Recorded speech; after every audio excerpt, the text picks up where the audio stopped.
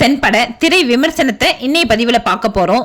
இந்த படத்தோட கதாநாயகன் மணிகண்டன் தமிழ் சினிமாவில் தொடர்ந்து தரமான படங்களை தேர்ந்தெடுத்து நடித்து வருகிறார். இவர் நடிப்புல ராஜேஸ்வர் இயக்கத்துல வெளிவந்துள்ள குடும்பஸ்தன் அவரின் வெற்றி பாதையை மேலும் அதிகப்படுத்தியதா இல்லையா அப்படின்னு பார்க்கலாம்.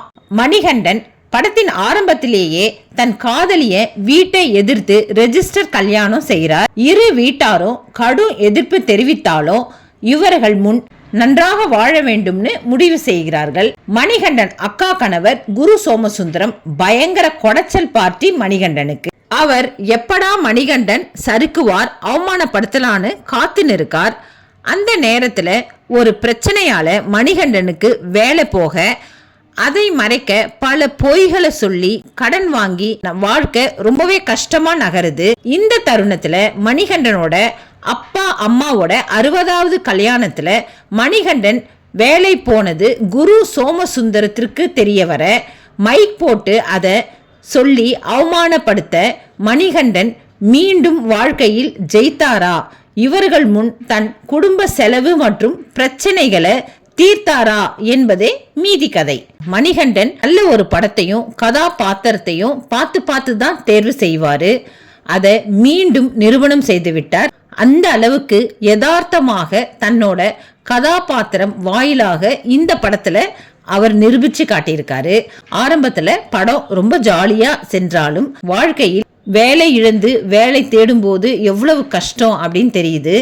ஆரம்பத்துல கதை ரொம்ப ஜாலியா போனாலும் வேலை போன பிறகு ஒரு பேக்கரியை வைத்து அதுல நஷ்டம் அடையும் போது அவரோட விரக்தி ஒவ்வொரு சாமானியன் விரக்திய இந்த படத்துல ரொம்ப அழகா வெளிக்கொண்டு வந்திருக்காரு. அதிலும் கடன்காரங்களுக்கு பயந்து காமன் கக்கூஸ்ல உக்கார்ந்து இருப்பது இந்த பணம் இல்லாத மணிகண்டன் அப்பா அம்மா மனைவிக்கு தேவையில்லை என்று பேசும் இடம் சபாஷ். குரு சோமசுந்தரம் மாதிரி ஒரு ஆளு ஒவ்வொரு குடும்பத்திலையும் இருக்கும் ஒரு இரிட்டேட்டிங் கதாபாத்திரம். சரியான நடிப்புல அவரை அப்படியே வெளியே கொண்டு வந்துள்ளார்.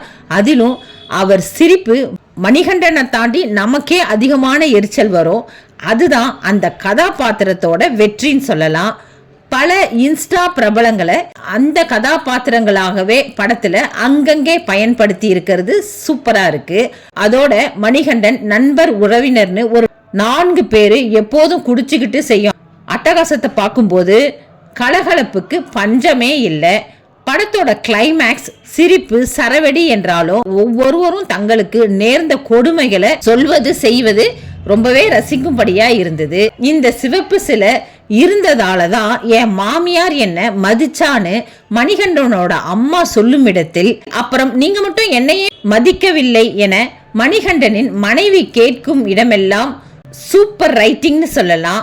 படத்தின் டெக்னிக்கல் விஷயங்கள் பட்ஜெட் குறைவாக இருந்தாலும் மிக அழகாக கையாண்டு உள்ளனர். அதிலும் வைசாகோட இசை கூடுதல் பலம்னு சொல்லலாம். படத்துல எங்கெல்லாம் அதிகமான கிளாப்ஸ் கிடைச்சிச்சுன்னு பாத்தீங்கன்னா படத்தின் கதைகளும் மற்றும் திரைக்கதை. மணிகண்டன் குரு சோமசுந்தரம் என அனைவரின் நடிப்பும் வேற லெவல். படத்தின் டெக்னிக்கல் விஷயங்கள் வசனம் இந்த எல்லா இடத்துலயும் நல்ல ஒரு கிளாப்ஸ் கிடைச்சது.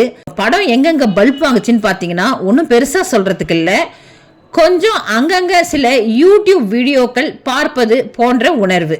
மொத்தத்தில் ஒவ்வொரு குடும்பஸ்தர்களும் நாளை குடும்பஸ்தர்களாக போகிறவர்களும் தவறாமல் பார்க்க வேண்டியது குடும்பஸ்தன் திரைப்படம். படம் எப்படி இருந்துச்சுன்னு கமெண்ட் செக்ஷன்ல சொல்லுங்க. நன்றி.